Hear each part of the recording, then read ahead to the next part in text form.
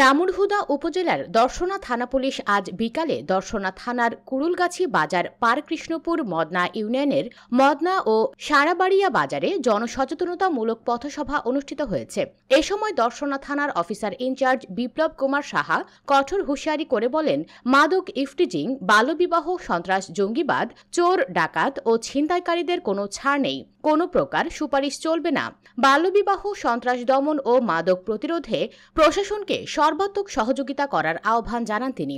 এ সময় উপস্থিত ছিলেন দর্শনা থানার second officer SI Tipu Sultan, SI Sekendar Abu Jafar, SI Fahim Hossain, SI Sohel Rana, SI Shamim Hossain, ASI Abu Bakkar Siddique, ASI Maruful Islam, ASI Sheikh Abu Hanif, ASI Ibrahim Hossain.